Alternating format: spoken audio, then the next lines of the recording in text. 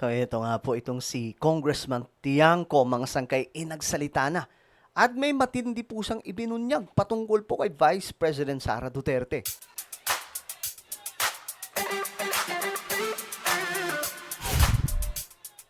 Hello guys, what's up? This is me. We are back dito sa ating YouTube channel. Kamusta po mga kababayan? Okay, usapang politika na naman po tayo mga sangkay. Of course, pagdating po sa politics sa Pilipinas, magulo. Normal, mga sangkay na nangyayari. Nagsalita nga po itong kongresista na si Toby Tiangco, no? At may nilabas po siyang pasabog tungkol po kay Vice President Sara Duterte. Ito, pag-usapan po natin. Bago tayo magpatuloy sa mga hindi pa po dyan nakakapag-subscribe sa ating YouTube channel, makikita nyo po yung subscribe button sa baba ng video na to. I-click nyo lamang po yung subscribe, i-click ang bell, at i-click nyo po yung all. Sa mga nanonood naman po sa Facebook, i-follow nyo po yung ating Facebook page. Okay, mga sangkay, ito, tingnan po natin. Kasi, ito po, ang balita. May binunyag kasi itong si Toby Tiangco. O, tingnan po natin. At ang sinasabi ko lang, si Sara, 1,000,000% hindi nila maareglo. So kung ikaw yung merong may kasalanan, gusto mo bang manalo yung 1,000,000% hindi mo maareglo. 'Di ba? Hindi ko hinuhusgahan yung ibang kandidato. Ang sinasabi ko lang, ito siguradong hindi nila maareglo. Alam ko 'yon at alam nila 'yon. Okay, so ito yung isiniwalat mga sangkay ni Toby Tiangco na itong si Vice President Sara Duterte nga daw po mga sangkay ay hindi na po maaareglo kahit anong gawin daw po mga sangkay ng mga ito. Nitong mga kongresista. At sigurado daw po mga sangkay, pananagutin lahat ng may mga kasalanan. Yun po ay sinabi ni Toby Tiangco. Ewan ko lang para sa inyo mga sangkay. Tingin nyo ba babalikan ni Vice President Sara Duterte itong mga kongresista na sa tingin po ng mga sa tiningin ng kampo ni VP Sara may kasalanan po sa kanya. Ito mga sangkay, hindi po nila maareglo eh.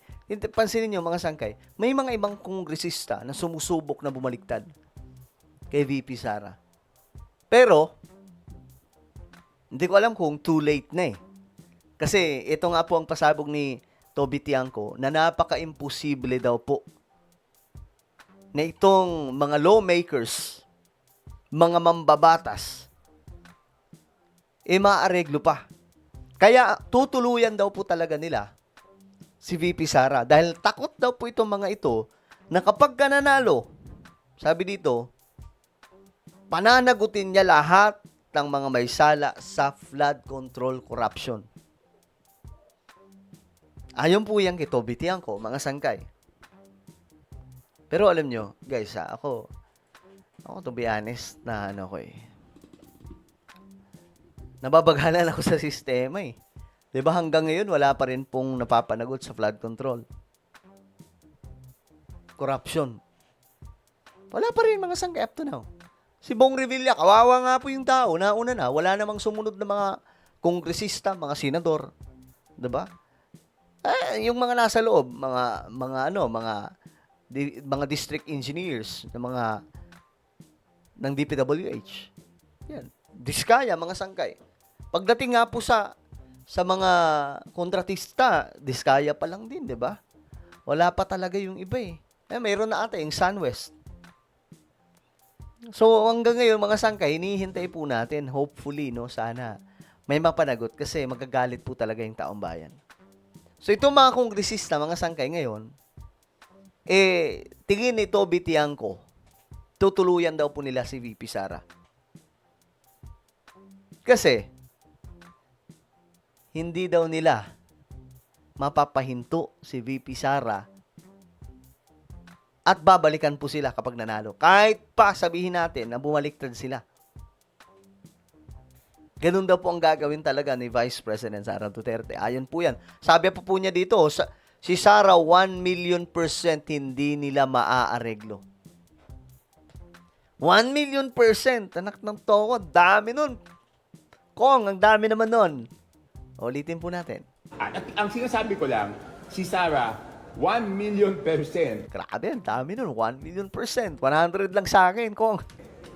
hindi nila maareglo. Hindi nila maaareglo. So kung ikaw yung merong may kasalanan, gusto mo bang manalo yung 1,000,000%, hindi mo maaareglo.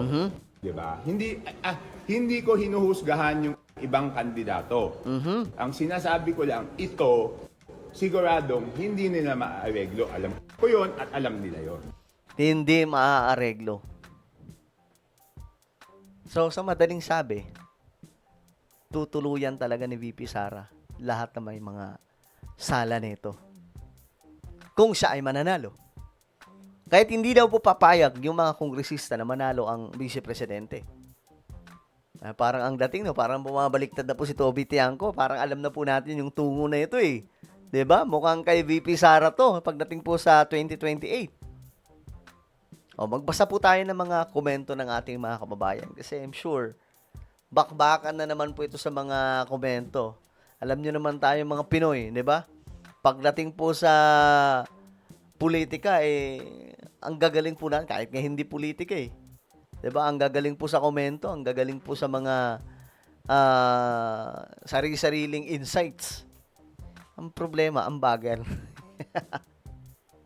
Ang bagal po ng mag-loading nila eh. Mukhang ba sa internet ang Pilipinas? Napakabagal po talaga. Ito ulitin natin, baka sakali. Wala pa rin talaga. So, yun na nga, mga sangkay. So, ano sa tingin nyo, mga sangkay? Si Toby Tiangco ba ay bumaliktad na kay VP Sara? Kasi, alam ko, PBBM to siya, di ba? Dikit kay PBBM. Pero ngayon, mababasa mo mga sangkay the way kung paano po siya magsalita at kung kanino pumapabor yung kanyang mga salita eh. 'Di ba? Mga sangkay. So, matindi itong magaganap mga sangkay sa 2028. Kaya ngayon, ang problema ni VP Sara kapag tinuluyan po siya ng mga kongresista. Dahil kapag tinuluyan po siya at napapagsak si VP Sara, hindi na po siya makakatakbo sa pagkapangulo at hindi na rin po siya pwedeng humawak sa opisina ng gobyerno. Halimbawa, mayor, kongresista, pagiging gobernador, malabo na po yan mga sangkay. Kung mapapatunayan yung mga aligasyon sa kanya. Well, ano po ang inyong opinion? Comment down below. Meron po tayong YouTube channel. Ito po ay Sangkay Revelation. Hanapin nyo po ito sa YouTube, guys. Magaganda po yung mga vlog natin dito. Basahin nyo na lang. Diba? Malalalim na usapin po yan. At mala-documentary yung ginagawa po natin dito. Kaya hanapin nyo po ito sa YouTube. Kapag nakita nyo na i-click nyo po yung subscribe, i-click ang bell at i-click nyo po yung all. Ako na po ay magpapaalam. Mag-iingat pong lahat. God bless everyone.